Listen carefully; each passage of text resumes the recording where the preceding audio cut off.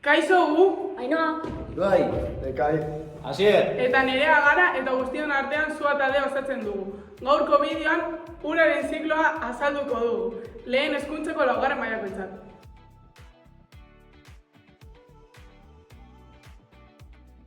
Orain gaia momentu aurretik, kontzeptu batzuk, laur azalduko dizkizu. Lehenengo lurrunketa daukagu, honek ura beragatik gas bihurtzen datza.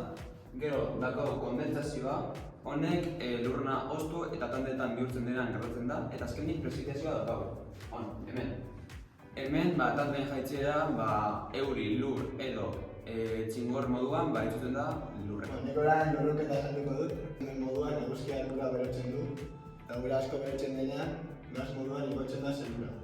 Zuek imaginatu ura superheroi bat bezala dela, eta zelura igotzen dela. Ekaik azaldu duen lurrunketaren ostean, uraren zikloa orain kondentsazioa gertatzen da. Kondentsazioa ur malut horiek edo ur partikula horiek elkartzen datza eta holak hodeiak sortzen dira. kondentsazioa azaldu duen bezala, kondentsazioatik prezipitazioara pasatzen da. Hemen hodeiak pisu handia hartzen dute eta altaz betetzen direlako, eta orduan pisu handiegia denean, barruan dagoena lurrera jausten da. Hau, hiru modutan izan daiteke, txingorra, euria edo lurra. Prezipitazioa ibai eta itsasoetara itzultzen da, eta orduan ziklo hau etengabe errepikatzen da. Hau guztia izan da, eskerrik asko bideo ikusteagatik, eman like, harpidetu eta komentatu gure kanalean, hurrengo ostiralera arte.